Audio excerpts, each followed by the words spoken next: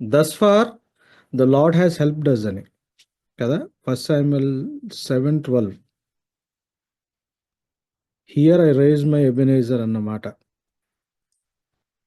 ఎజర్ అన్నమాట హెల్పర్ ని ఎజర్ అంటారు హీబ్రూలో.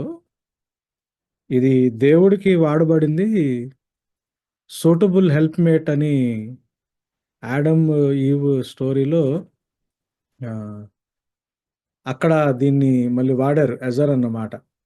సో ఎజర్ అన్నది దేవుడు ఇచ్చే బెటర్ హాఫ్కి వాడబడింది ఒకసారి. మిగతా చోట్ల అన్ని చోట్ల దేవుడికి వాడింది. ఆ ఎజర్లో నుంచి ఎబెనేజర్ అనే మాట వచ్చింది.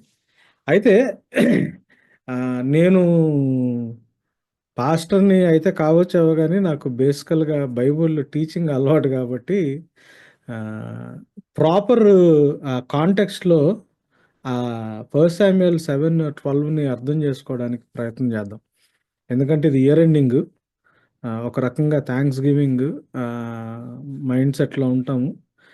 ఇందాక కూడా కొంతమంది దేవుడు వాళ్ళ జీవితాల్లో చేసిన వాటిని జ్ఞాపకం చేసుకుంటా సాక్ష్యాలు చెప్తా ఉన్నారు. So as we're actually praising the Lord for every good thing that he is doing in our lives, ఈ వర్స్ని మనం ప్రాపర్ కాంటెక్స్ట్లో చూడటానికి ప్రయత్నం చేద్దాం. సారీ, నాకు కొంచెం టైం కన్స్ట్రైంట్ ఉండింది, నేను పీపీటీ చేయలేదు but I will be sharing the Bible మాట్లాడటానికి ట్రై చేస్తా. సారీ, ప్రాపర్ కాంటెక్స్ట్లోకి వెళ్దాం. 1 Samuel 2nd chapterలో మనకి హ్యానా ప్రేయర్ కనిపిస్తుంది. తను బ్యారన్ ఉమెన్, గొడ్రాలై ఉంటుంది, పిల్లోడి కోసం దేవుడి దగ్గర అడుగుతుంది, దేవుడు కొడుకునిస్తాడు శామ్యుయల్ని. దాంతో మనకి నేను ఎందుకు ఇంగ్లీష్ బైబుల్ తీశాను అని అంటే, మనకి ఇంగ్లీష్ బైబుల్లో సైడ్ హెడ్డింగ్స్ ఉంటాయి. సో వీ కెన్ అంటే easily go through the context అనమాట, అన్ని పాయింట్స్లోకి వెళ్ళకుండా. దాని తర్వాత బైబుల్ దేని గురించి మాట్లాడుతుంది అని అంటే, గ్రంథకర్త ఏలీ కుమారుల గురించి మాట్లాడతారు. ఏలీ కుమారుల గురించి మాట్లాడతా నేను లెఫ్ట్ సైడ్ మీకు కనిపిస్తున్నది ఈఎస్వి, రైట్ సైడ్ ఉన్నది ఎన్ఐవి. సో నేను రెండు వర్షన్స్ కొన్నిసార్లు అవసరం అవుతుంది అన్నట్టే పెట్టాను, ESV NIV. So 2nd chapter 12th verse దగ్గర నుంచి ఆ చివరికి వచ్చినప్పటికి 21st verse దాకా ఏలీ కుమారుల గురించి ఉంటుంది. ఈఎస్వి ఏమని రాసిందంటే వర్త్లెస్ సన్స్ అని ఉంది. Now the sons of Eli are worthless men, they did not know the Lord అని ఉంది. ఏది ఈఎస్వి. ఎన్ఐవిలో ఏలీస్ వికెట్ సన్స్ అని రాశారు. ఏలీస్ సన్స్ ఆర్ స్కౌండ్రల్స్ అన్న మాట వాడాడు వర్త్లెస్ అన్న మాటకి. They have no regard for the Lord అన్న మాట ఇక్కడ వాడారు. మీరు కొంచెం జాగ్రత్తగా చూస్తే ఈ కాంటెక్స్లో మనం చూస్తున్నప్పుడు they did not know the Lord అని ఈఎస్పి ఉంటే, they had no regard for the Lord అని ఎన్ఐవి వాళ్ళు రాశారు. అంటే ఎన్ఐవి ఏం చేస్తుంది అని అంటే, దాంట్లో ఉన్న మీనింగ్ని బయట పెట్టడానికి ట్రై చేస్తుంది. కొంచెం ఈఎస్వి సేమ్ వర్డ్ అక్కడ ఉన్న వర్డ్కి దగ్గరగా ఉండే ట్రాన్స్లేషన్ చేస్తుంది. సో ఈ రెండింటిని ఏది కరెక్ట్ అంటే రెండు కరెక్టే. టు నో ద లార్డ్ అంటే అర్థం ఏంటంటే టు రిగార్డ్ ద లార్డ్ అని. They did not know the Lord అంటే అసలు దేవుడు ఎవరో తెలియదు అని కాదు, దేవుణ్ణి రిగార్డ్ చేయలేదు అని. నేను ఇది ఎందుకు చెప్తున్నాను అన్నది మనం 1 Samuel 7:12లోకి వెళ్తే మనకు అర్థం అవుతుంది. నేను అన్నిటి గురించి మాట్లాడను, చాలా కొన్ని ఇష్యూస్ గురించి మాట్లాడతా. ఇది గమనించుకోండి. They did not know the Lord అన్నారు ఈఎస్విలో, they have no regard for the Lord అన్నారు. అంటే దేవుడిని తెలియని వారు అని ఈఎస్వి చెప్తే, దేవుణ్ణి లెక్క చేయని వారు అని ఎన్ఐవి చెప్పింది. సో దేవుణ్ణి తెలియని వాళ్ళు ఎట్లానో, దేవుడెవరో తెలిసి దేవుణ్ణి లెక్క చేయకపోవడం కూడా దేవుణ్ణి తెలియని వారితో సమానం. యేసు ప్రభు గురించి తెలిసి, వాక్యం గురించి తెలిసి, దేవుణ్ణి మనం రిగార్డ్ చేయట్లేదు అనుకోండి, దేవుడికి ఇవ్వాల్సిన రిగార్డ్ ఇవ్వట్లేదు అనుకోండి, దేవుడిని మనం లక్ష్య పెట్టలేదనుకోండి, దేవుణ్ణి లక్ష్య పెట్టకపోతే, దేవుని ఉద్దేశాన్ని, దేవుని ఆలోచనని లక్ష్య పెట్టకపోతే, దేవుని తెలియని వారం అవుతాం. సరే వీళ్ళు ఏం చేస్తారయ్యా అంటే, ఇక్కడ ఆల్టర్ దగ్గర మీరు చూస్తా ఉంటే, the custom of the priest who with people was that when any man offered sacrifice అన్న దగ్గర మాట్లాడుతూ ఉంటుంది. ఇది ఆల్టర్ దగ్గర జరిగే యాక్టివిటీస్ దగ్గర వాళ్ళు ఏం చేశారు అని వాళ్ళలో ఉన్న తప్పుల గురించి రాసుకుంటూ వస్తారు. దాని విషయంలో ఏలి ఏం చేస్తాడంటే వాళ్ళు రెబ్యూక్ చేస్తాడు కొడుకుల్ని. రెబ్యూక్ చేస్తాడు. కానీ వాళ్ళు ఆయన మాట వినరు. విన్నప్పుడు దేవుడు ఏం చేస్తా ఉన్నాడంటే, ఏలి హౌస్ హోల్డ్ని దేవుడు రిజెక్ట్ చేస్తా ఉన్నాడు. ఏలి ఎవరు? ప్రీస్ట్. ఏలి హౌస్ హోల్డ్ని దేవుడు ఏం చేస్తా ఉన్నాడంటే రిజెక్ట్ చేస్తా ఉన్నాడు. ఇది మనకి సెకండ్ టైము అంటే ఫస్ట్ టైము, ఇది ఫస్ట్ టైము, సెకండ్ టైం మళ్ళీ కనిపిస్తుంది. శామ్యుయల్ కాంటెక్స్ట్లోనే కనిపిస్తుంది. బెంజమిన్ ట్రైబ్ వాళ్ళకి కింగ్ అవుతారు సౌలు రాజు. సౌలు రాజు దేవుణ్ణి రిగార్డ్ చేయకపోతే, సౌలు బెంజమిన్ ఫ్యామిలీని పక్కన పెట్టి జూడా ఫ్యామిలీని దేవుడు తీసుకొచ్చి పెడతాడు. డేవిడ్ని తీసుకొచ్చి కింగ్ చేస్తాడు. ఎందుకు అనంటే, ఇదేంటి మీరు పాత నిబంధన గురించి అంటే, పాత నిబంధన స్క్రిప్చరే ఇచ్చారు. పాత నిబంధనని ఎలాబొరేట్ చేసి అర్థం చేసుకుంటే అది నూతన నిబంధన అవుతుంది. So the doctrinal base of the new testament and the church is in the old testament. So మనకు ఓల్డ్ టెస్టిమెంట్లో ఉన్న ట్రూత్ చాలా ఇంపార్టెంట్. సో ఇక్కడ ఏలి హౌస్ హోల్డ్ని దేవుడు ఏం చేస్తా ఉన్నాడు అంటే రిజెక్ట్ చేస్తా ఉన్నాడు. దేంట్లో నుంచి? దేవుని సర్వీస్లో నుంచి రిజెక్ట్ చేస్తూ ఉన్నారు. మనకు ఆ పాయింట్ అక్కడ కనిపిస్తుంది. సరే, అక్కడ నుంచి ముందుకెళ్దాం. ఈ రిజెక్ట్ చేసిన తర్వాత సీన్ ఏంటయ్యా అంటే వార్ వస్తుంది. ఇదంతా జడ్జెస్ టైంలో కదా, అక్కడ వార్ వస్తుంది. ఆ వార్కు ముందు దేవుడు శామ్యుయల్ని ఏలీ ఫ్యామిలీని రిజెక్ట్ చేస్తారు కదా, ఆ కాలింగ్ ఎవరికి వెళ్తా ఉంది? శామ్యుయల్ దగ్గరికి వెళ్తా ఉంది. సాల్ని రిజెక్ట్ చేసినప్పుడు దేవుడు కింగ్ని ఎవరిని చేశాడు? డేవిడ్ని చేశాడు. సో ఇక్కడ ఏలీ ఫ్యామిలీని దేవుడు రిజెక్ట్ చేస్తా ఉన్నాడు. సౌలుని దేవుడు శామ్యుయల్ని దేవుడు యాక్సెప్ట్ చేస్తా ఉన్నాడు. దీని తర్వాత ఏం జరుగుతుందో చూద్దాం.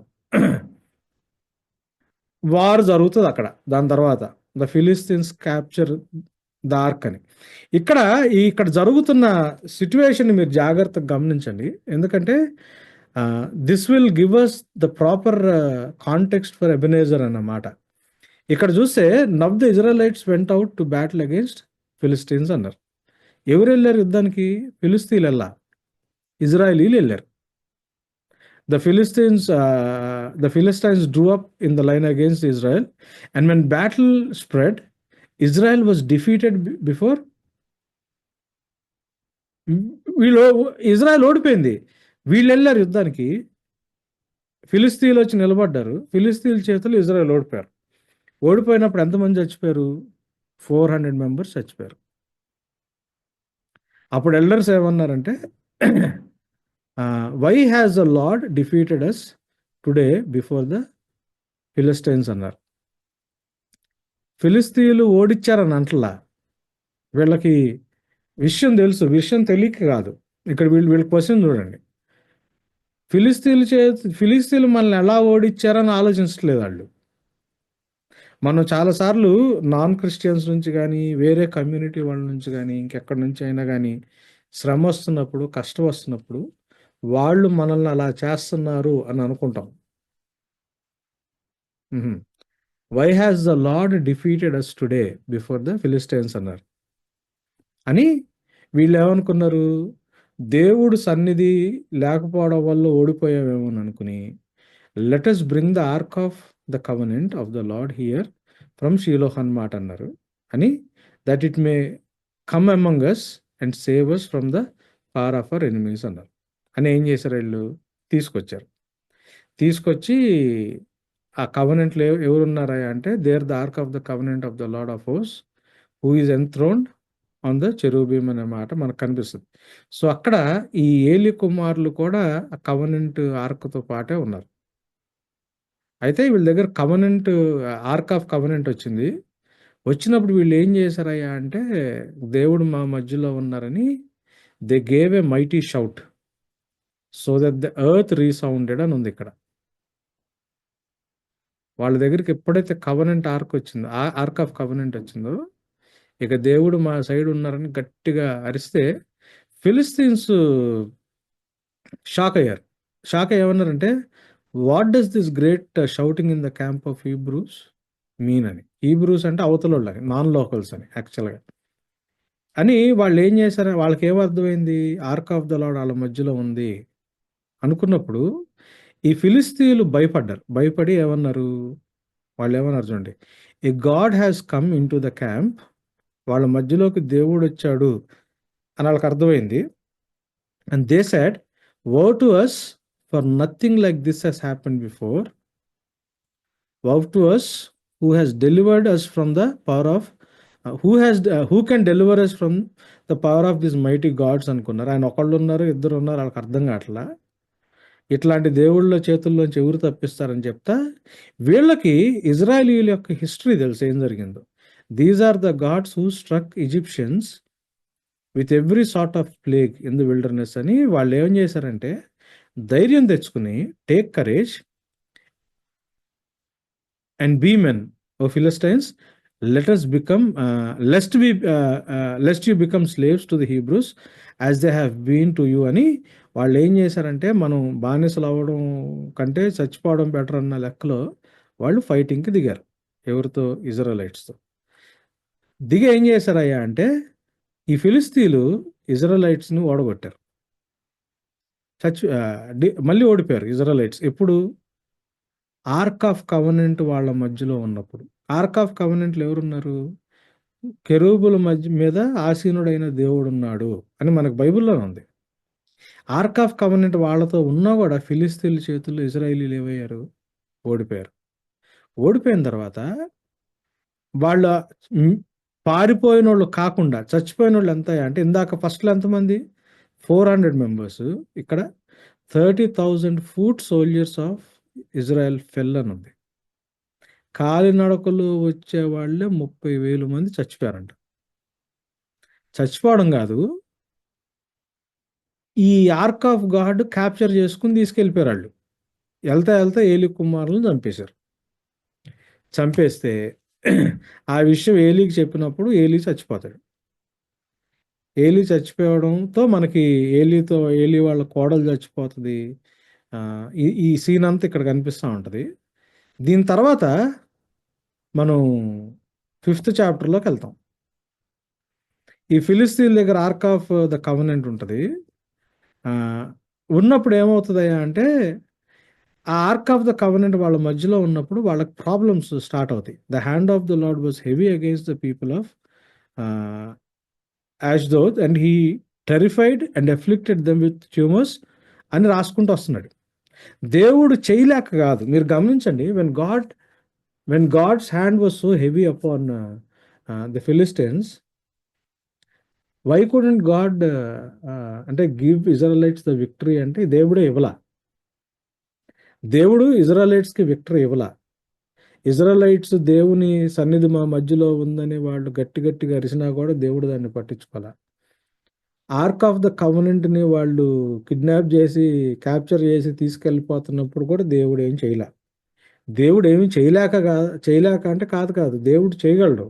వాళ్ళ మధ్యలోకి వెళ్ళిన తర్వాత దేవుడు వాళ్ళని ఇబ్బంది పెడతా ఉంటే వాళ్ళు ఏమనుకున్నారంటే అరే ark of God of Israel మా మధ్యలో must not remain with us for his hand is hard against us and against Dagon our god అని మా దేవుడికి కూడా ప్రాబ్లం అయిపోయింది ఈ మందసం ఇక్కడ ఉంటే అని వాళ్ళు ఏం చేస్తారంటే ఆర్క్ని వెనక్కి పంపించడానికి ప్రయత్నం చేస్తారు.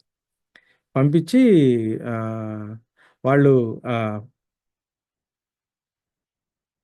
6th చాప్టర్లోకి వెళ్తున్నా. మనం 7th చాప్టర్లో తీసుకున్నాం. సో వాళ్ళు ఏం చేశారంటే the ark of the Lord was in the country of the Philistines 7 months ఉంది.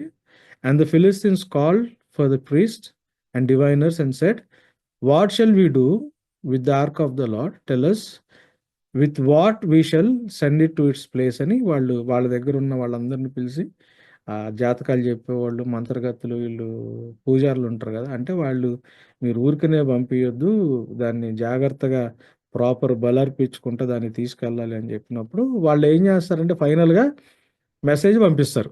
ఏమని? They cent messengers to the inhabitants of దీన్ని ఏమనాలి, కిరియాత్ జిరియం అనాలా, సెయింగ్ ఫిలిస్టీన్స్ అన్న వాళ్ళు ఆర్క్ని రిటర్న్ చేస్తున్నారు అని, come down and take it up to అని చెప్పి ఆర్క్ని రిటర్న్ చేస్తారు. రిటర్న్ చేసినప్పుడు మనం 7th చాప్టర్లోకి వస్తున్నాం. సో ఆ కాంటెక్స్ట్ని కొంచెం జాగ్రత్తగా చూడండి. శామ్యూల్ పుడతాడు. శామ్యూల్ చాలా చిన్నోడు, ఏలీతో పాటు అక్కడ మందిరంలో ఉంటాడు. శామ్యూల్ని దేవుడు పిలుస్తున్నప్పుడు ఏలీ డైరెక్ట్ చేస్తాడు. శామ్యూల్ దేవుణ్ణి తెలుసుకుంటాడు, దేవుడు కాళ్ళను అందుకుంటాడు. కానీ అదే ఏలీ కుటుంబంలో ఏలీ ఇద్దరు పిల్లలు వాళ్ళు దేవుణ్ణి రిగార్డ్ చేయలేదు, దేవునికి విలువ ఇవ్వలేదు, దేవుని ఉద్దేశాలకి విలువ లేదు. ఇవ్వకుండా ఉన్నప్పుడు ఏమైంది అంటే దేవుడు ఏలీ ఫ్యామిలీని రిజెక్ట్ చేసి మ్యాండేట్ ఎవరికి ఇచ్చాడు? శామ్యూల్కి ఇచ్చాడు. శామ్యూల్కి ఇచ్చాడు. ఇది జరుగుతూ ఉంది, ఇది దేవుని వైపు నుంచి జరుగుతున్న ఇష్యూస్, స్పిరిచువల్ ఇష్యూస్. అదే టైంలో రియల్ లైఫ్ ఇష్యూస్ ఏంటయ్యా అంటే ఇజ్రాయలైట్స్ ఫిలిస్తీన్స్ మీదకి యుద్ధానికి వెళ్తారు, వీళ్ళు వెళ్ళి ఓడిపోతారు, 400 మంది చచ్చిపోతారు. 400 మంది చచ్చిపోయినప్పుడు వాళ్ళకి దేవుడు ఏంటో తెలుసు కాబట్టి వాళ్ళే క్వశ్చన్ వేసుకుంటారు, దేవుడు మమ్మల్ని ఎందుకు వదిలేశాడని. దేవుడు వదిలేసిన దేవుణ్ణి మళ్ళీ వెనక్కి మనంతటా మనం తెచ్చుకుంటే సరిపోద్దా? మీరు అక్కడ వాళ్ళకున్న కాన్సెప్ట్, వాళ్ళకున్న యాటిట్యూడ్ని మీరు గమనించండి. దేవుడు మమ్మల్ని ఎందుకు వదిలేశారు అని క్వశ్చన్ వేసుకున్నారు. And they thought that they can bring back God among themselves. దేవుణ్ణి మేము వెనక్కి తెచ్చుకోగలము అని అనుకున్నారు. ఇది వాళ్ళకే కాదు, మనలో చాలా మందికి కూడా ఉంటుంది.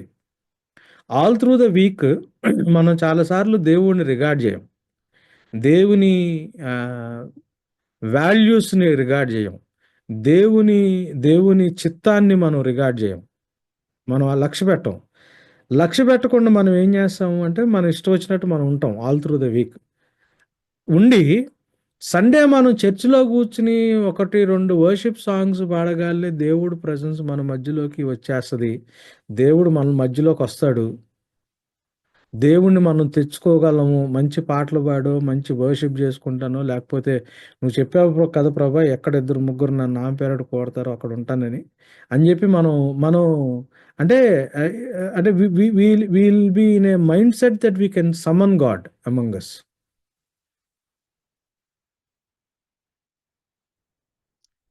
దేవుణ్ణి వాళ్ళ మధ్యలోకి తీసుకురావాలని అనుకున్నారు. వీళ్ళు ఏమని మర్చిపోయారంటే బానిసత్వంలో నుంచి వీళ్ళని బయటికి తీసుకురావడానికి దిక్కులేదు. 430 సంవత్సరాలు ఏడ్చినోళ్ళు 430 సంవత్సరాలు ఏడ్చినోళ్ళు దేవుడు వీళ్ళని తీసుకొస్తే కానీ బయటకు రానిన్నోళ్ళు, వీళ్ళు దేవుడిని రిగార్డ్ చేయకుండా వీళ్ళంతటి వీళ్ళు యుద్ధానికి వెళ్ళి దేవుడు వీళ్ళ వైపు లేడు, అందుకే యుద్ధం ఓడిపోయామని తెలుసుకుని ప్రభా మా దగ్గర ఎందుకు లేవు అని పశ్చాత్తాపడటం కాదు, వాళ్ళ మధ్యలోకి దేవుణ్ణి తెచ్చుకోగలము అన్న ఒకలాంటి అహంకారం వాళ్ళలోకి వచ్చింది. నేను ఇది ఎందుకు చెప్తున్నాను అనంటే మన డైలీ లైఫ్లో దీన్ని అప్లై చేసుకోవడానికి కొంచెం ప్రయత్నం చేద్దాం. నాకు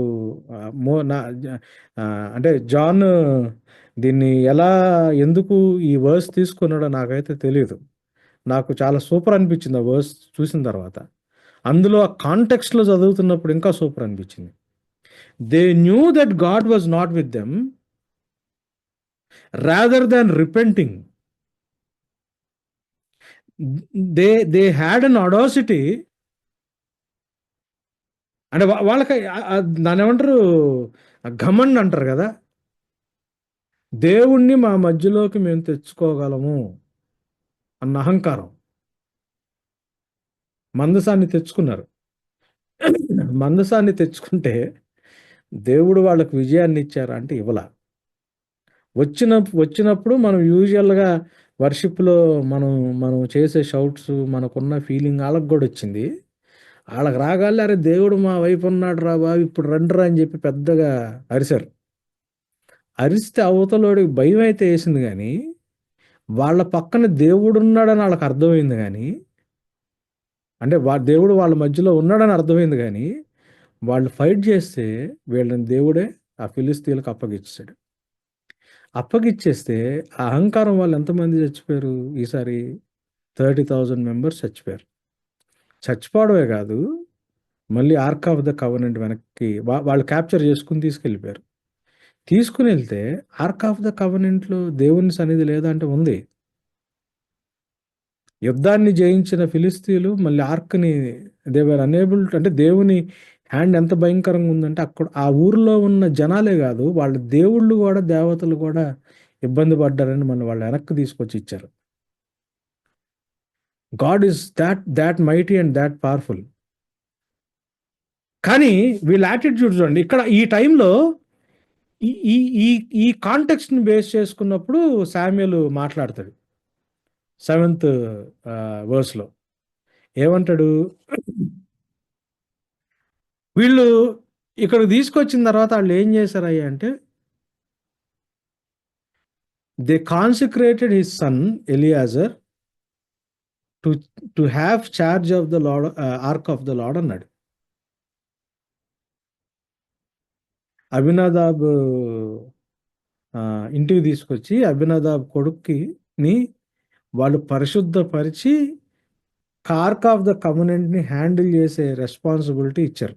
ఇది చాలా ఇంపార్టెంట్ కాన్సెప్ట్. దేవుడు సన్నిధిని హ్యాండిల్ చేయాలంటే ఫిలిస్తీన్లాగా యుద్ధ వీరులు అయితే సరిపోదు. ఇక్కడ యుద్ధ వీరులు ఉన్నారు 6th చాప్టర్లో, బలమైన వాళ్ళు ఉన్నారు, తెలివిగల్లోళ్ళు ఉన్నారు, స్కిల్, అంటే ఆ టైంలో బ్లాక్ స్మిత్లంతా కూడా ఫిలిస్తీన్లోనే ఉండేవాళ్ళు. సో స్కిల్డ్ పర్సన్స్ ఉన్నారు, స్కిల్ ఉన్నోళ్ళు ఉన్నారు, వ్యాలర్ ఉన్నోళ్ళు ఉన్నారు, ఫైట్ చేసే వాళ్ళు ఉన్నారు. వాళ్ళెవరు కూడా ఆర్క్ ఆఫ్ ద కవనెంట్ని వాళ్ళు ఉంచుకోలేకపోయారు. ఆర్క్ ఆఫ్ ద కవనెంట్ దేన్ని సూచిస్తుంది అంటే దేవుని సన్నిధిని, దేవుని ప్రజెన్స్ మన మధ్యలో ఉండాలంటే కాన్సిక్రేషన్ అన్నది చాలా ఇంపార్టెంట్. సో అక్కడ ఏం చేశారు, అభినదాబ్ కొడుకుని కాన్సిక్రేట్ చేసి ఎలియాజర్ని ఆర్క్ ఆఫ్ ద లార్డ్ని కాపులా ఆయన సంరక్షణలో పెట్టారు. పెట్టిన తర్వాత ఇజ్రాయలైట్స్తో శామ్యూల్ మాట్లాడటం మొదలుపెట్టాడు. ఏమని మొదలు పెడుతున్నాడు అంటే, if you are returning to the Lord, అంటే రిపెంట్ అవ్వడం with all your heart, then put away the foreign gods. ఈ అశ్రోతు దేవతని కూడా పక్కన పెట్టమన్నాడు. And direct your heart to the Lord and serve him only and he will deliver you out of the hands of the Philistines. మీరు జాగ్రత్తగా గమనిస్తే it is not the presence of the Lord that will deliver us from our enemies. It is a heart that is turned towards the Lord. It is the heart that has turned away from the world and turned towards the Lord brings victory. దేవుని సన్నిధి ఉన్నంత మాత్రాన విజయం రాదు. చర్చ్కి వెళ్ళినంత మాత్రాన, Bible స్టడీలో మనం ఉన్నంత మాత్రాన, ఎక్కడ 2-3 ఆయన నామ పేరట ఉంటారో వాళ్ళ మధ్యలో ఆయన ఉంటాడు. ఉంటే మన హృదయం దేవుని వైపు తిరక్కపోతే దేవుడు మన మధ్యలో ఉన్నా మనకు ఉపయోగం ఉండదు. The heart of the matter is the matter of the heart. The heart of the matter is the matter of the heart. ఇది చాలా ఇంపార్టెంట్ అబ్జర్వేషన్ శామ్యూల్ చెప్తున్న మాట. వీళ్ళు ఏం చేశారు? So the people of the Israel put away the Baals and the Ashtaroth and the serve the Lord only. చేశారు ఇమీడియట్గా ఆ పని. చేసిన తర్వాత 5th వర్స్లో చూడండి శామ్యుల్ ఏమంటున్నాడు. Then Samuel said, gather all Israel at Mizpah and I will pray to the Lord for you అన్నాడు. వాళ్ళందరూ మిస్పా దగ్గర గ్యాదర్ అయ్యారు. గ్యాదర్ అయిన తర్వాత వాళ్ళు వచ్చి ఏం చేస్తున్నారు? వాళ్ళు ఫాస్టింగ్ ఉన్నారు. And fasted on the day and said, we have sinned against the Lord and Samuel judge the people of Israel at Misbah అని రాశారు. ఈ మిస్బా దగ్గర ఉన్నారని చేసి ఈసారి ఫిలిస్తీన్లు ఏం చేశారు? వీళ్ళు ఈసారి యుద్ధానికి వచ్చారు. యుద్ధానికి వస్తే శామ్యుయల్ ఏం చెప్తున్నాడు 8th వర్స్లో? సారీ, ఇజ్రాయలైట్స్ శామ్యుయల్తో ఏమని చెప్తా ఉన్నారు? Do not cease to cry out to the Lord our God for help that he may save us from the hands of Philistines అన్నారు. సో శామ్యుయల్ ప్రేయర్ చేశాడు. ఎలా ఆఫరింగ్ ఇచ్చాడు, alter మీద ఇచ్చి ప్రార్థన చేయడం మొదలు పెట్టాడు. మొదలు పెడితే దేవుడు ఏం చేశాడు? ద లార్డ్ ఆన్సర్డ్ హిమ్ అన్నాడు. ఇక్కడ ఆన్సర్ చేసిన తర్వాత ఇప్పుడు శామ్యుయల్ ఏమంటున్నాడు? As Samuel was offering up the burnt offerings the Philistines drew near to attack Israel అన్నారు. And the Lord thundered with a mighty sound. ఇజ్రాయలైట్స్గా చేసింది. The Lord thundered with a mighty sound that day against the Philistines and threw them into confusion and they were defeated before Israel అన్నాడు. దేవుడు తీసుకొచ్చిన ఆ థండర్కి confuse అయ్యారు, వాళ్ళు ఓడిపోయారు.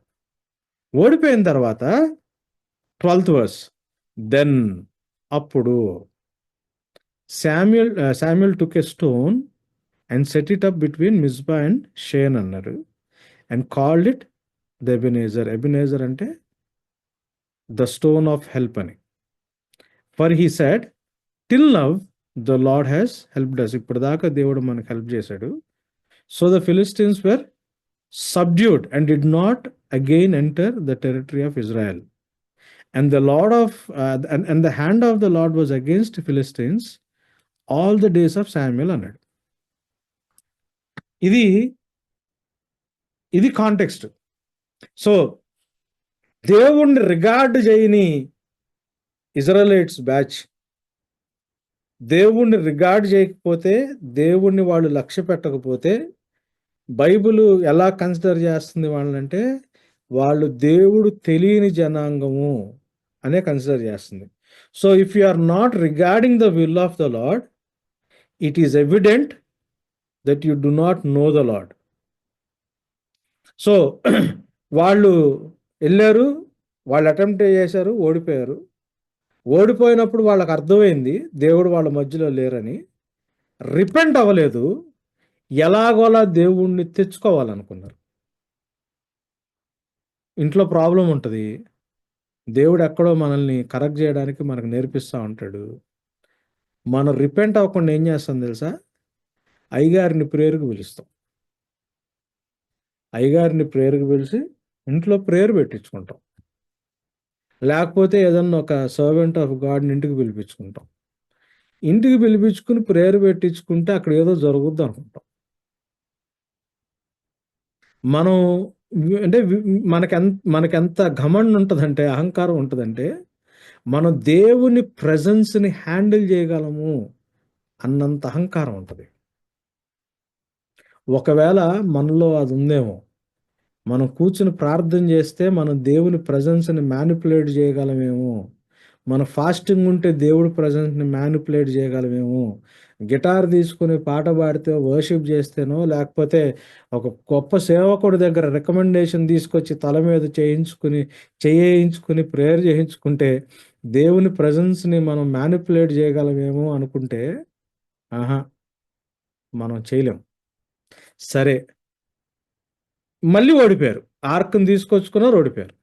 అట్లా అని చెప్పి దేవుడు పవర్ఫుల్ కాదా అంటే, దేవుడు శత్రువుల క్యాంపులోకి వెళ్ళి కూడా వాళ్ళు ఇబ్బంది పెట్టాడు. వీళ్ళ దగ్గర ఉన్నప్పుడు కాదు. ఆర్క్ ఆఫ్ కవెనెంట్ ఎనిమీస్ క్యాంపులోకి వెళ్ళిన తర్వాత, వాళ్ళు ఊర్లోకి వెళ్ళిన తర్వాత వాళ్ళు భయపడ్డారు. ఈ గాడ్ ఈజ్ దాట్ పవర్ఫుల్. ఎందుకు వచ్చిన గొడవరా బాబు మాకు ఈ మధ్యలో అని చెప్పి పంపించారు. పంపించిన తర్వాత శామ్యుయల్ చెప్తా ఉన్నాడు, అరే అది కాదు మీకు ఉండాల్సింది, గాడ్ వాంట్స్ ఎ రిపెంటెడ్ హార్ట్. మారు మనసు చాలా ఇంపార్టెంటు. మీ హృదయాన్ని దేవుని వైపు తిప్పండి. హృదయము అనంటే ఇది కాదు. మనకి చూపించే ఇది ఉంటది కదా! ఈ షేప్ ఇది కాదు హృదయం. హృదయం అంటే హీబ్రూ వాళ్ళకి ఇక్కడి నుంచి ఆ లయన్స్ కింద దాకా మన మన జెనిటల్స్ ఉంటాయి చూసారా?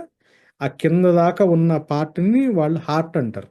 అంటే బాడీలో ఏ ఎమోషన్‌కైనా ఈ ఏరియాల్లోనే మార్పులొస్తాయి.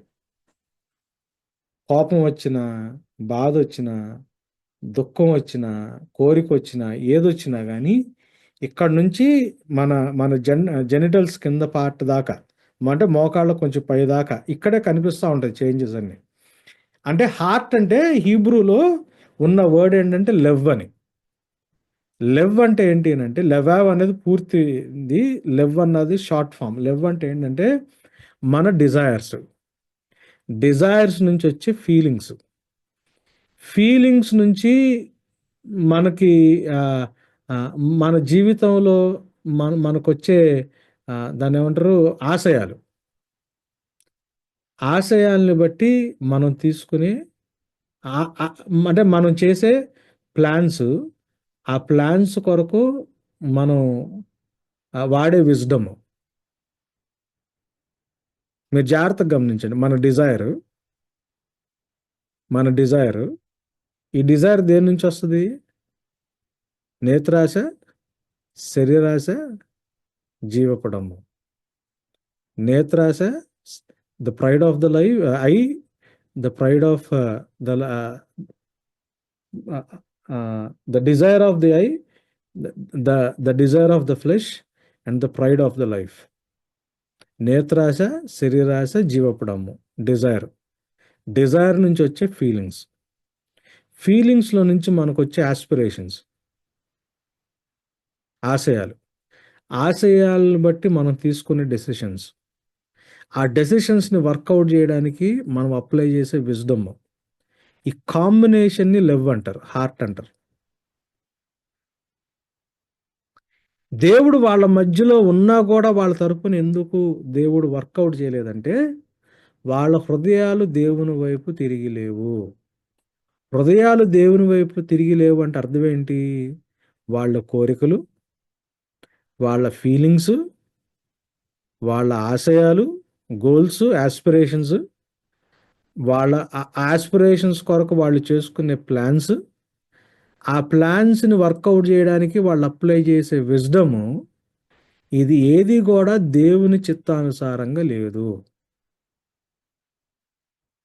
మనసు మారటం, మారు మనసు, రిపెంటెడ్ హార్ట్ అంటే అర్థం ఏంటి అనంటే, నీ కోరికలు దేవుని చిత్తానుసారంగా, దేవుడికి చిత్తానుసారమైన కోరికల్ని కోరుకుంటా, దేవుని చిత్తానుసారమైన ఫీలింగ్స్‌తో, దేవుని చిత్తానుసారమైన గోల్స్ మన జీవితంలో ఉన్నప్పుడు, వాక్యానుసారమైన నిర్ణయాలు దానికి తీసుకుంటా, వాక్యానుసారమైన కౌన్సిల్‌తో దాన్ని మనం చేయడానికి మన జీవితాన్ని సమర్పిస్తాం చూసారా? దాన్ని రిపెంట్ అవ్వడం అంటారు. సో, నేను హార్ట్ అంటే మళ్ళీ చెప్తున్నా. మన డిజైర్స్‌లో నుంచి వచ్చే ఫీలింగ్స్. ఫీలింగ్స్‌లో నుంచి మన అజంప్షన్స్, మన గోల్స్. ఈ ఈ గోల్స్‌ని మనం అక్వైర్ చేసుకోవడానికి మనం తీసుకునే డెసిషన్స్.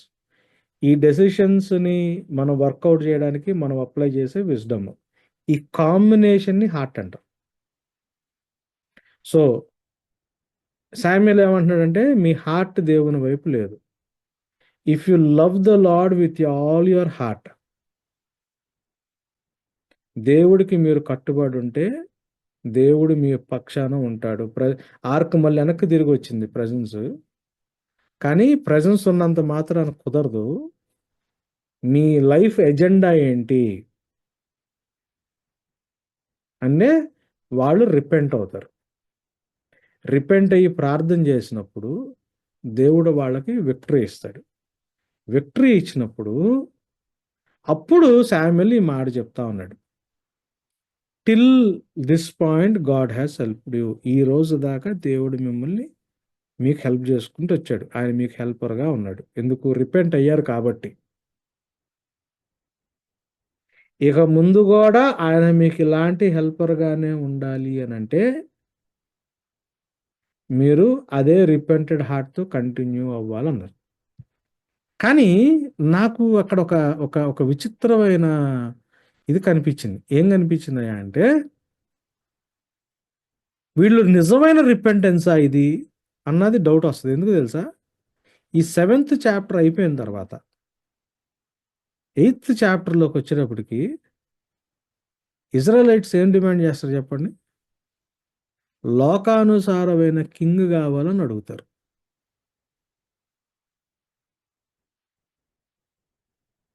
మళ్ళీ వరల్డ్లీ ప్యాటర్న్లో మాకు కింగ్ కావాలని అంటారు. శామ్యుయల్ ఫీల్ అవుతాడు. దేవుడు ఏమంటాడంటే, అరే నువ్వెందుకు ఫీల్ అవుతున్నావురా బాబు, వాళ్ళు నిన్ను రిజెక్ట్ చేయలేదు, నన్ను రిజెక్ట్ చేశారు అని.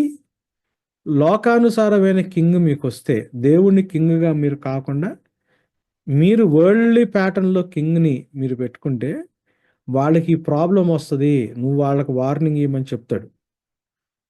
వాళ్ళు శామ్యుయల్ వచ్చి చెప్తాడు, దేవుడిని కింగ్గా కాకుండా మీ మధ్యలో వేరే కింగ్ని మీరు తెచ్చుకుంటే ఏం ప్రాబ్లం అవుతుంది అని మొత్తం చెప్తాడు. చెప్పినా కానీ వాళ్ళు ఏం చేస్తారు? నిన్ను మొత్తం ఇక్కడ చూడండి, మొత్తం ఇక్కడ నుంచి మొత్తం అసలు ఆడేమేం చేస్తాడు మొత్తం చెప్తాడు. చెప్పినా కానీ వాళ్ళు ఏమంటారు తెలుసా? But the people refuse to obey the voice of Samuel. ఇదే శామ్యుయల్ కదా ఆ ముందు చాప్టర్లో చెప్తే వీళ్ళు, బాబు నువ్వు ప్రార్థన చేస్తూ ఉండు, you continue your cry before the Lord అన్నోళ్లే కదా. కానీ అదే శామ్యుయల్ ఇప్పుడు చెప్తే వాళ్ళు వినలా. ఎందుకు? మళ్ళీ పరిస్థితులన్నీ ఏమైనాయి? ఈజీ అయినాయి కదా, కొన్ని సంవత్సరాలు గడిచినాయి కదా, వాళ్ళకి అన్ని మంచిగా నడుస్తున్నాయి కదా. మళ్ళీ స్లోగా వాళ్ళ హృదయాలు ఏవని లోకానుసారమైన ప్యాటర్న్లో వాళ్ళకి కింగ్ కావాలని అన్ని వాళ్ళు ఏం చేశారు? రిఫ్యూజ్ చేశారు. They said no, but there shall be a king over us, that we also may be like all the nations, and that our king may judge us and go out before us and fight our battles. ఎవరు fight చేశారు వాళ్ళ battle? ఎవరు వాళ్ళకి helper? Worldly ప్యాటర్న్లో ఉండే నాయకులు హెల్పర్సా? వాళ్ళైనా help చేసింది. వాళ్ళ స్టేట్మెంట్స్ చూసారా ఆ చాప్టర్కి ఈ చాప్టర్కి ఎట్లా మారినాయో. సో దేవుడు ఏం చేస్తాడు తెలుసా? వాళ్ళకి కింగ్ని ఇస్తాడు. ఇజ్రాయలైట్స్ చేతికి ఈ కింగ్స్ ఎప్పుడైతే వచ్చారో వాళ్ళల్లో ఇంక్లూడింగ్ డేవిడ్, బెర్షిబా ఫ్యామిలీని గందరగోళం చేస్తాడు కదా డేవిడ్. హస్బెండ్ని చంపేసి వైఫ్ని తీసుకొచ్చి ఇంట్లో పెట్టుకున్నాడు కదా. ఇంక్లూడింగ్ డేవిడ్, ప్రతి కింగ్తో వాళ్ళకి ప్రాబ్లం వచ్చింది. ఎంత ప్రాబ్లం వచ్చిందంటే కింగ్డంలో సివిల్ వార్ వచ్చి 2 ముక్కలైపోయి ఒకళ్ళ మీద ఒకళ్ళు కొట్టుకొని యుద్ధాలు చేసుకుంటా నార్దర్న్ కింగ్డమ్, సదర్న్ కింగ్డమ్ ఇద్దరు మళ్ళీ ఎట్లాంటి స్లేవరీలో నుంచి బయటకు వచ్చారో మళ్ళీ అటువంటి స్లేవరీలోకి, ఎగ్జైల్లోకి ఇద్దరు వెళ్ళిపోయే పరిస్థితి వచ్చింది. నేను ఇది ఎందుకు చెప్తున్నాను? టిల్ నవ్ దేవుడు మీ లైఫ్లో ఎబెనేజర్గా ఉన్నాడేమో. మనం ఇందాక మీరు చెప్తున్నప్పుడు you're giving a witness about God's faithfulness. మంచిదే, ఆయన ఫెయిత్ఫుల్గా ఉంటాడు. దేవుడు ఎంత ఫెయిత్ఫుల్ అంటే ఆ ఫెయిత్ఫుల్లో నుంచే ట్రూత్ అన్న మాట యాక్చువల్గా బైబిల్లో బయటకు వస్తుంది. God is so faithful, his faithfulness amounts to truth అని. ఆయన యొక్క విశ్వసనీయతే సత్యం. ఆయన ఒక మాట చెప్పాడంటే ఆ మాటకి ఎంత నమ్మకంగా ఉంటాడంటే ఆ ప్రభువులో ఉండే నమ్మకత్వమే సత్యం అయిపోతుంది. సో ప్రభు నమ్మదగిన వాడు అన్నదానికి సిననిమ్ ఏంటి అంటే ప్రభు యొక్క నమ్మకత్వానికి ప్రభు సత్యవంతుడు. God is truthful, God is trustworthy. దేవుడు సత్యము. ఆయన నమ్మకత్వమే సత్యము అన్నంతగా ఎస్టాబ్లిష్ అవుతుంది బైబిల్లో. సో సత్యం అబ్సల్యూట్ మారదు. సో ఆయన నమ్మకత్వంలో ఎక్కడ మార్పు ఉండదు. God is faithful. It is his nature to be faithful. దాన్ని మీరు చెప్పినా, మీరు చెప్పకపోయినా, నేను చెప్పినా, నేను చెప్పకపోయినా ఏముండదు. ఆయన ఫెయిత్ఫుల్గా ఉంటాడు. కానీ మనం ఇక్కడ గమనించాల్సింది ఏంటంటే ఇజ్రాయెలైట్స్ యొక్క మైండ్ సెట్, ఇజ్రాయెలైట్స్ యొక్క యాటిట్యూడ్. మేము చోజన్ అనుకున్నారు, యుద్ధానికి వెళ్ళారు, దేవుడు వాళ్ళ పక్షాన లేడనే యుద్ధం ఓడిపోయారని గమనించారు. బట్ బట్ బట్ బట్ అంటే వాళ్ళు ఎంత ఎంత మేము ఎంత గొప్ప క్రిస్టియన్స్ అని అనుకున్నారంటే దేవుడు ప్రజెన్స్ని మ్యానిపులేట్ చేయగలిగే అంత క్రిస్టియన్స్ అని అనుకున్నారు. దేవుడు ప్రజెన్స్ వాళ్ళ మధ్యలోకి తెచ్చుకుంటే దేవుడు ద్వారా విక్టరీని మ్యానిపులేట్ చేయొచ్చు అనుకున్నారు. కానీ దేవుడు వాళ్ళ తరపున మాట్లాడాల. కానీ అక్కడ రిపెంట్ అయ్యారు మళ్ళీ వెనక్కి వచ్చినప్పుడు. కానీ ఆ రిపెంటెన్స్ ఎలాంటి రిపెంటెన్స్? గాలి బుడగ లాంటి రిపెంటెన్స్. గాలి బుడగ కూడా కాదు, వాటర్ బబుల్ టైపు. కొంచెం మళ్ళీ లైఫ్లో సెట్ అయిపోగానే మళ్ళీ వాళ్ళ డిజైరు మళ్ళీ నేషన్స్ని చుట్టూ వాళ్ళల్లోంచి వేరుగా కదా దేవుడు సెలెక్ట్ చేసుకుంది. ఇజ్రాయెలైట్స్ ఎవరు? అబ్రహాం సంతానం. అబ్రహాంని ఎందుకు సెలెక్ట్ చేసుకున్నాడు? ఆ జనాంగాల నుంచి వేరుగా సెలెక్ట్ చేసుకుని అబ్రహాం సంతానం ద్వారా ఆ జనాంగాన్ని మొత్తాన్ని ప్రభు దగ్గరికి తీసుకురావాలని దేవుడు వాళ్ళని సెలెక్ట్ చేసుకుంటే వీళ్ళు వాళ్ళని చూసి మాకు అలాంటి నాయకుడు కావాలి. దేవుడు మన జీవితాల్లో నమ్మకంగా ఉన్నాడు. Till this far he is our Ebenezer till 2024. ఇందాక ఎవరో సిస్టర్ చెప్తా ఉన్నారు, కోవిడ్ దాటి ఇన్ని సంవత్సరాలు అయింది. Till today he is our Ebenezer, he is our rock of help. ఆయనలో మార్పు లేదు. కానీ దేవుణ్ణి రిగార్డ్ చేసేవారిగా ఉన్నారా? దేవుడు చిత్తమేంటో తెలుసుకుని ఆయనకి విలువిచ్చే వాళ్ళకు ఉన్నారా? లేకపోతే మన సొంత పనులు మనం చేసుకుంటా దేవుని ప్రజెన్స్ని మ్యానిపులేట్ చేయొచ్చు అనుకున్నారా? వీళ్ళు దేవుడు ప్రజెన్స్నే మ్యానిపులేట్ చేయడం కాదు, రిపెంటెన్స్ని కూడా మ్యానిపులేటివ్గా వాడారు వాళ్ళు. మీరు గమనించండి, ప్రజెన్స్ని మ్యానిపులేట్ చేయడానికి ట్రై చేశారు, ప్రజెన్స్ని మ్యానిపులేట్ చేయడానికి ట్రై చేశారు, రిపెంటెన్స్ని కూడా మ్యానిపులేట్ చేయడానికి మ్యానిపులేటివ్గా వాడటానికి ప్రయత్నం చేశారు. అన్ని మళ్ళీ సెట్ అయిన తర్వాత ఏ లోకానికి వేరుగా దేవుడు వీళ్ళు పెరిగి దేవుడు పని చేయాలని దేవుడు ఆశపడ్డాడు, వీళ్ళు అటువంటి లోకం వైపు చూసి ఆ లోకంలో ఉన్నట్టు మాకు కూడా కావాలి, వాళ్ళకున్నట్టు ప్రమోషన్లు కావాలా, వాళ్ళకున్నట్టు మా గొప్ప గొప్ప జాబ్స్లోకి వెళ్ళాలా, వాళ్ళకున్నట్టు మనం కూడా బాగా సెటిల్ అయిపోవాలా, వాళ్ళకున్నట్టు మనకి పెళ్ళిళ్ళు అవ్వాలా, వాళ్ళకున్నట్టు మనం బట్టలు వేసుకోవాలా, వాళ్ళకున్నట్టు మనం కార్లు కొనుక్కోవాలా, వాళ్ళకున్నట్టు మనం కూడా సెలబ్రేట్ చేసుకోవాలా, వాళ్ళకున్నట్టు మనం కూడా గొప్ప.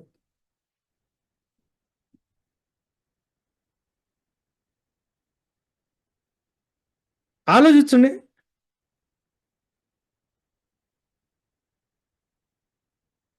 ఆలోచించండి.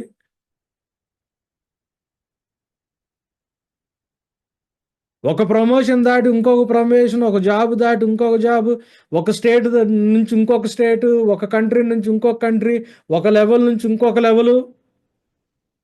దీని గురించి బైబిల్ మాట్లాడుతుందా? నమ్మకంగా ఉన్న దేవుడికి నువ్వెంత నమ్మకంగా ఉన్నావు అన్న పాయింట్లో నీకంత సహాయం చేస్తున్న దేవుడికి till today if God is your Ebenezer 2025లోకి వెళ్ళేటప్పుడు నా యాటిట్యూడ్ ఏంటి? నమ్మకంగా ఉన్న దేవుడు చిత్తం ఏంటో తెలుసుకుని దేవుడికి నమ్మకంగా ఉండాలనా? లేకపోతే ప్రజెన్స్ని మ్యానిపులేట్ చేస్తా, వర్షిప్ని మ్యానిపులేట్ చేస్తా, రిపెంటెన్స్ని మ్యానిపులేట్ చేస్తా, దేవుడిచ్చిన వాక్యాల్ని మ్యానిపులేట్ చేస్తా, చర్చిని మ్యానిపులేట్ చేసుకుంటా, దేవుడిని అటు ఇటు హ్యాండిల్ చేసుకుంటా, ప్రేయర్లు పెట్టించుకుంటా, ప్రేయర్లకెళ్తా, పాటలు పాడతా, అడి చేస్తా, ఇడి చేస్తా. లైఫ్‌లో మీకున్న డిజైర్, మీకున్న కోరికను తీర్చుకోవడానికి దేవుని యొక్క ఫెయిత్‌ఫుల్‌నెస్‌ని మనం మ్యానిపులేటివ్‌గా వాడుతున్నామా? 2025లోకి వెళ్ళబోయే ముందు ఏంటి మన యాటిట్యూడ్? దేవుడి కోసం మిగతాయి పక్కన పెట్టి మీ డిజైర్స్, మీ ఫీలింగ్స్, మీ యాస్పిరేషన్స్, మీ డెసిషన్స్, మీ విజ్డమ్ పక్కన పెట్టి దేవుని వైపు తిరిగి, ప్రభా what you want me to long after? What should I taste and feel with you? నా లైఫ్‌లో నాకు నేను ఏ ఏ ఏ నీ నీ చిత్తం తెలుసుకొని ఎటువంటి యాస్పిరేషన్ నా లైఫ్‌లోకి రావాలా? నేను ఎటువంటి డెసిషన్స్ తీసుకోవాలా? నాకు కౌన్సిల్ కావాలి ప్రభా అని దేవుని గురించి తెలుసుకుని దేవునికి ఫెయిత్‌ఫుల్‌గా ఉన్న దేవుడికి ఫెయిత్‌ఫుల్‌గా ఉండడమా? దేవుడు ఈ రోజు దాకా ఎబెనేజర్ లాగా మన మధ్యలో ఉన్నాడు కాబట్టి, మళ్ళీ నేను ప్రేయర్ చేస్తే దేవుడు మనకు ఆన్సర్ ఇచ్చాడు కాబట్టి, మంచి చర్చికెళ్తే దేవుడు మనకున్న కష్టంలోంచి బయటకు తీసుకొచ్చాడు కాబట్టి, చర్చ్ అటెండెన్స్‌ని వాడుకుంటా, దేవుడికి ప్రార్థనని వాడుకుంటా, వర్షిప్‌ని వాడుకుంటా, ఫెలోషిప్‌ని వాడుకుంటా, ఇంకా దేవుడి దగ్గర నుంచి ఏమన్నా తెచ్చుకోవాలని ట్రై చేస్తున్నారా? నమ్మకంగా ఉన్న దేవుడికి నమ్మకంగా బ్రతకాలి అన్న యాటిట్యూడ్‌లో ఎంటర్ అవుతున్నారా? అయ్యగారు చాలా థాంక్స్ మీరు ఆ బ్యూటిఫుల్ వర్డ్స్ పెట్టినందుకు. మనం ఆ కాంటెక్స్ట్‌లో చూడకపోతే దేవుడు మనకి సహాయంగా ఉన్నాడు. ఎబెనేజరే, ఎబెనేజరే ఎంతవరకు ఆదుకున్నావే ఆ పాట పాడతాం అంతే.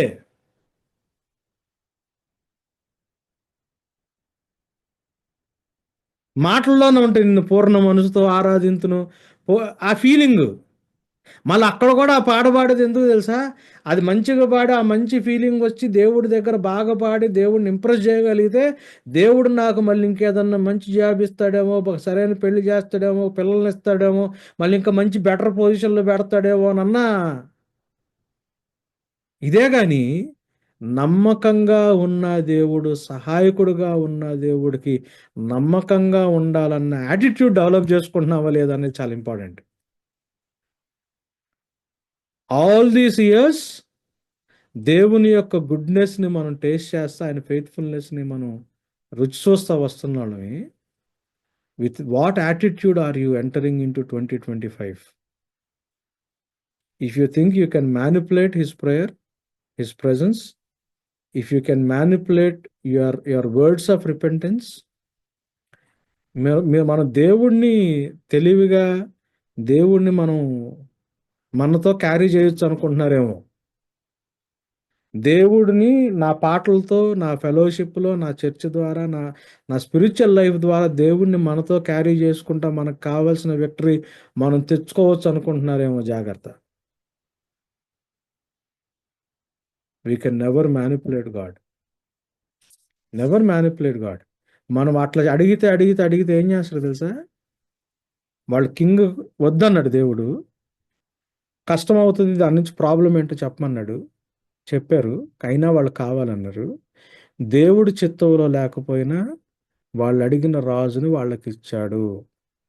సాక్ష్యాలు చెప్పేటప్పుడు జాగ్రత్త. దేవుడు ప్రార్థనలు ఆన్సర్ చేస్తాడంటే, మీరడిగితే దేవుడు మీకు ఆన్సర్ చేస్తే, ఆన్సర్ చేసినంత మాత్రాన అది గాడ్స్ విల్ అనుకున్నారు. హుహు. వీళ్ళు కింగ్ కావాలనుకున్నారు మిగతా రాజ్యాల్లాగా. దేవుడు వాళ్ళ ప్రార్థన ఆన్సర్ చేశాడు.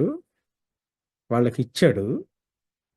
అది వాళ్ళకిచ్చిన పనిష్మెంట్.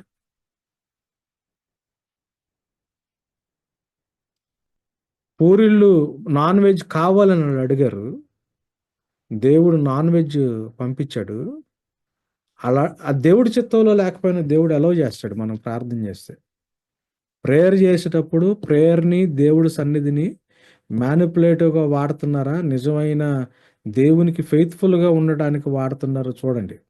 ఎందుకంటే మిగతా మతాల్లో, మిగతా రిలిజియస్ దీంట్లో prayer, worship, offering, sacrifice they are done to appease the deities. దేవీ దేవతల్ని సంతోషపెట్టడానికి, శాంతిపరచడానికి, వాళ్ళ దగ్గర నుంచి వరాలు పొందుకోవడానికి చేసేయి. Never be with that mind when you approach the Lord. అస్సలా మనం చేసే వర్షిప్, మన ప్రేయరో, మన బైబుల్ రీడింగో, మన స్పిరిచువల్ లైఫ్తో we can never appease God. It is impossible. True repentance ఆయన కౌన్సిల్కి లోబడితేనే మనం సేఫ్గా ఉంటాము. Don't ever think that if God is answering your prayer you are in safe hands. దేవుడి చిత్తంలో లేనిది కూడా దేవుడు ఇచ్చేస్తాడు మీరు అడిగితే.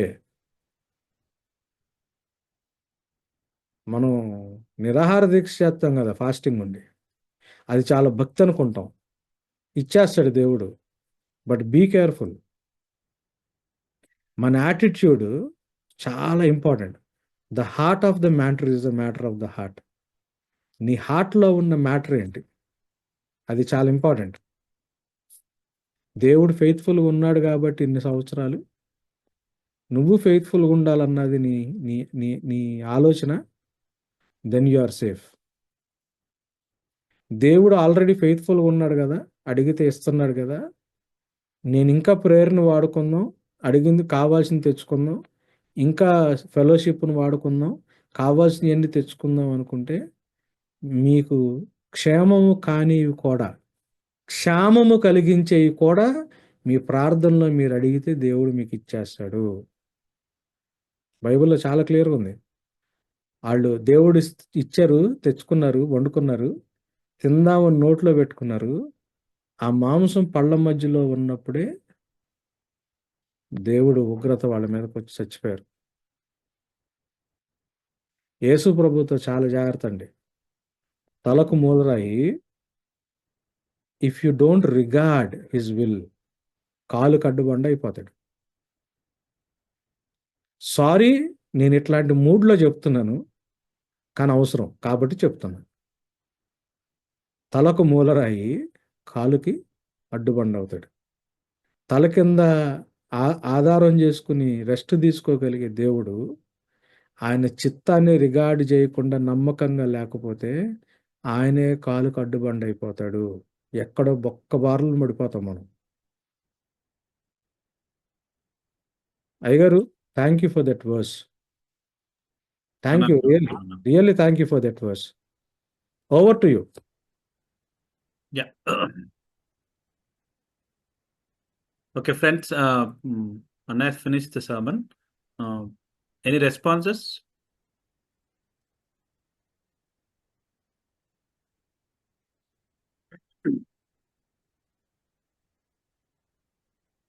Annak thanks చెప్తాము, కరెక్టే. But at the same time, learning lessons or response to the message. Okay, let me give the option for you to unmute. Okay అన్న, క్వశ్చన్ అంట, మీరు దయచేసి టేక్ ద క్వశ్చన్. అన్మ్యూట్ చేసి మాట్లాడమా. థ్యాంక్ యూ అన్న. అన్న praise lord అన్న. రవికాంత్ అన్న, మీకే. అన్న నా క్వశ్చన్ ఏంటంటే, ప్రైజ్ అంటే లార్డ్. అన్న దేవుణ్ణి మనం అడుగుతున్నప్పుడు ఇచ్చేది అది అంటే ఆన్సర్ అది ఆయన చిత్తం లేకుండా ఇస్తున్నారు అంటున్నారు కదా. మనకు దేవుడు ఒక ఉపమానం చెప్పిండు కదా, మాటి మాటికి విధవరాలు వెళ్ళి అడిగినప్పుడు న్యాయం తీరుస్తున్నాడు కదా అక్కడ. మరి అంటే దానికి మీరు ఇచ్చే ఆన్సర్ ఏంటన్నా? అది కూడా అక్కడ ప్రేయర్ గురించే చెప్తున్నా. విసుకక ప్రార్థించండి అన్న కాన్సెప్ట్ మీద అక్కడ న్యాయం తీరుస్తున్నాడు అని అక్కడే ఉంది కదరా. న్యాయమైంది అడిగినప్పుడు మనం దేవుడిని అడిగితే దేవుడు ఇస్తాడు. We have that option. కానీ వాట్ ఆర్ వి ఆస్కింగ్ అన్నది చాలా ఇంపార్టెంట్.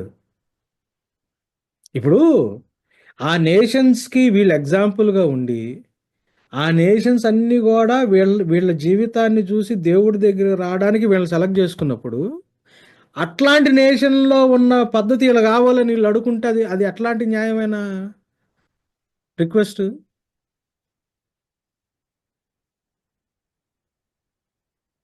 అర్థమైందా?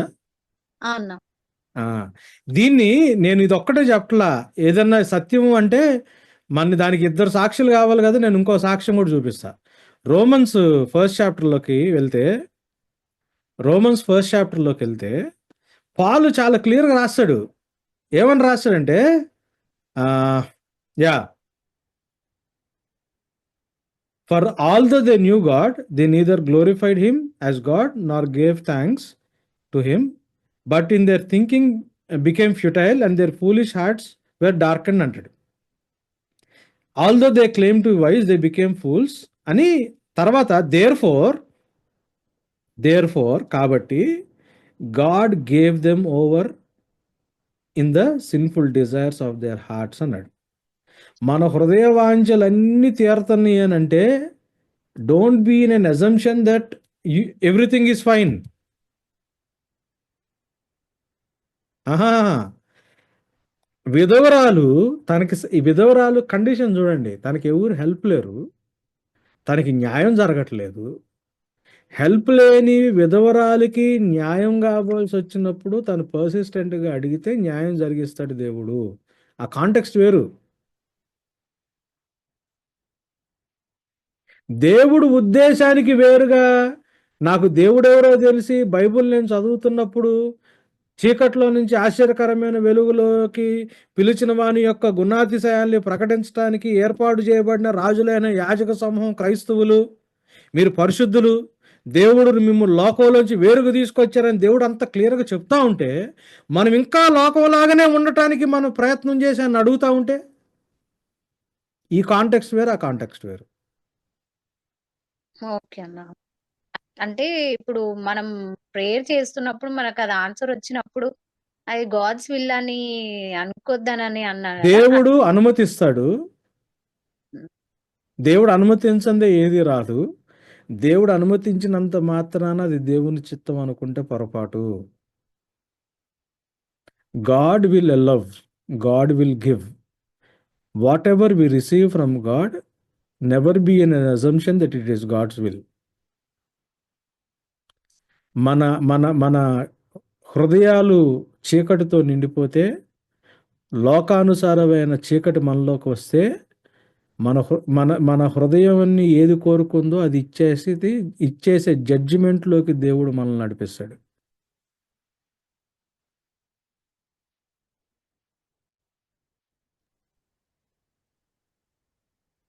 దేవుణ్ణి చాలా జాగ్రత్తగా అర్థం చేసుకోవాలి. నేను అందుకే కాంటెక్స్ట్లో చెప్పుకుంటూ వచ్చా ఆ వర్స్ని. 2nd చాప్టర్ నుంచి 8th చాప్టర్ దాకా వెళ్ళాం. ఆ కాంటెక్స్ట్లో చూసినప్పుడు ఆ గ్రంథకర్త ఎబెనేజర్ అన్న మాటని ఎందుకు ఎలా వాడాడు అన్నది మనకు అర్థమవుతుంది. That is how we need to interpret Bible కదా. ఎస్ అన్న. సారీ రా, అంటే నేను కొంచెం యా గట్టిగా నాకు చెప్తున్నానేమో, బట్ నాకు ఏమో తెలియకుండా స్ట్రెస్ వస్తుంది. సో ఇఫ్ ఐఎమ్ హార్ష్గా ఉంటే నన్ను కొంచెం క్షమించండి. అన్న నాకు ప్రశ్న ఉంది, అడగచ్చా? యా. అదే అన్న, మామూలుగా దేవుడు ఏదైనా తోటలో నుంచి మనిషికి అప్పగించింది ఏంటంటే రాజయాజకత్వం. ఈవెన్ ఫీనెహాస్ దగ్గర కూడా నా కోపాన్ని మళ్లించావు కాబట్టి యాజకత్వం నీకు నిరంతరము ఉంటుంది అని చెప్పారు. దావీదు దగ్గర కూడా నేను సింహాసనం మీద నేను నిరంతరము ఉంచుతాను అని చెప్పాడు రాజుగా. కానీ ఇప్పుడు మీరు మాట్లాడింది చూస్తుంటే రాజయాజకత్వం చేయమని చెప్పిన దేవుడే ఆయన చిత్తానికి అనుగుణంగా లేకపోతే, ఆయన ఒక మహిమకరంగా మన మార్గాలను ఎంచుకోనకపోతే రాజును పీకేశాడు, సౌల్ని, యాజకుని కూడా పీకేశాడు, ఏలీని. అసలు నాకు అది చాలా మంచిది, అది గుడ్ అనిపించింది. నేను అంటే మళ్ళీ స్క్రిప్చర్ లో నుంచి నేను ఇంకొకసారి దీన్ని మీ ముందుకు పెట్టడానికి ప్రయత్నం చేస్తున్నా, నా మాటలు తగ్గించి. చాలా క్లియర్గా జేమ్స్ లో మాట్లాడతాడు. ఏమని మాట్లాడతాడు అనంటే, therefore as the Holy Spirit says, today if you hear his voice, do not harden your hearts as in the rebellion on the day of testing in the wilderness, where your fathers put him to rest and saw my works for 40 years అన్నాడు. అని ఏమంటాడు? Take care brothers lest there be in any of you an evil unbelieving heart leading you to fall away from the living God అన్నాడు.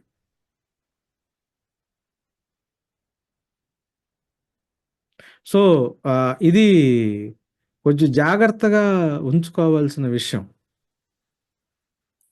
ఆయన ఎక్కడికి తీసుకెళ్తున్నాడో వాళ్ళని అక్కడ పక్కన పడి, ఇదేంటి కాంటెక్స్ట్ అంటే, ఇందాక నేను చెప్తున్నది నాన్ వెజ్ కావాలని వాళ్ళు విల్డర్నెస్లో చేసిన గొడవ. అరే అంత అద్భుతాలు చేసినోడు ఐగుప్తు దేవతల్ని అంతమందిని నాశనం చేసి, ఫరోని నాశనం చేసి, సముద్రాన్ని చీల్చి ఎండిపోయిన నేల మీద బయటకు తీసుకురాగలిగినోడు వాళ్ళకి నాన్ వెజ్ పెట్టడా? అరే అసలు ఆయన వాట్ ఈజ్ ఈ అప్ టు, వాట్ ఈజ్ ఈ trying to do with those people? వాళ్ళు ఏం చేయాలనుకుంటున్నాడు, వాళ్ళు ఎక్కడికి నడిపిస్తున్నాడు, దేవుడు వాళ్ళ మధ్యలో ఏం చేస్తున్నాడు, అవన్నీ పక్కన పడేసి అంతకుముందు చేసిన అద్భుతాలన్నీ చూసిన వాళ్ళు నాన్ వెజ్ ఇవ్వట్లేదని గొడవ చేస్తే, నేను అదే చెప్తా ఉన్నా కదా, ఈ మార్చికి మాకు పెళ్ళి 27 years.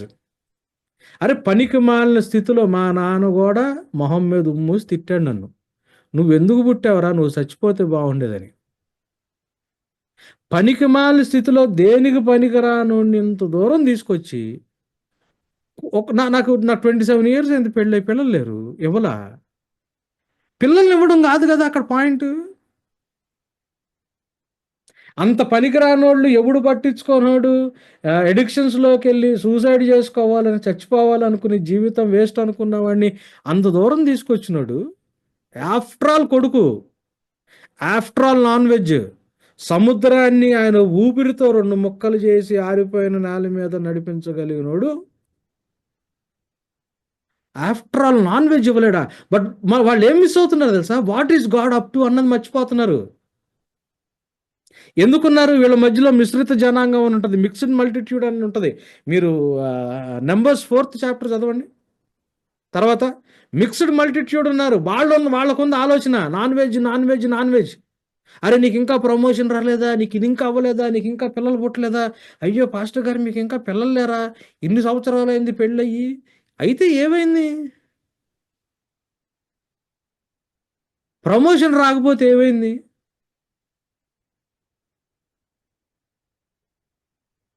మనం అనుకున్నది జరగకపోతే ఏమైంది? కష్టం ఉంటే ఏమైంది? శ్రమ ఉంటే ఏమైంది?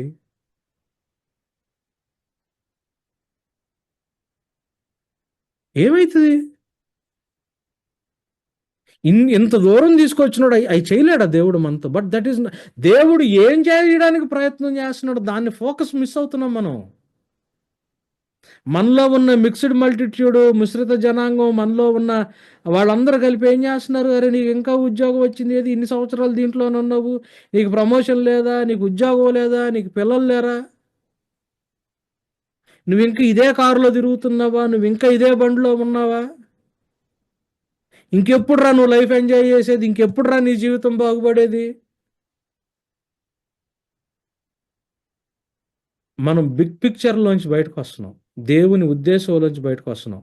మన హృదయం దేవుని వైపు లేదు. మన హృదయం ఎట్లా తెలుసా?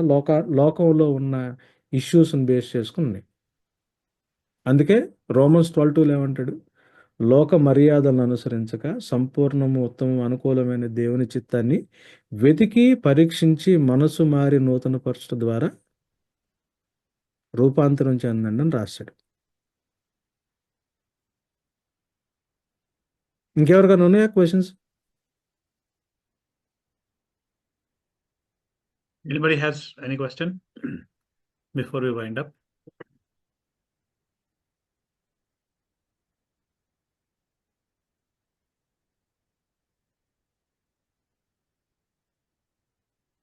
Okay. లేవనుకుంటానా? Yeah, we have come to the end of this meeting. ఒక ఇంపార్టెంట్ అనౌన్స్మెంట్ ఏంటంటే, we are going to have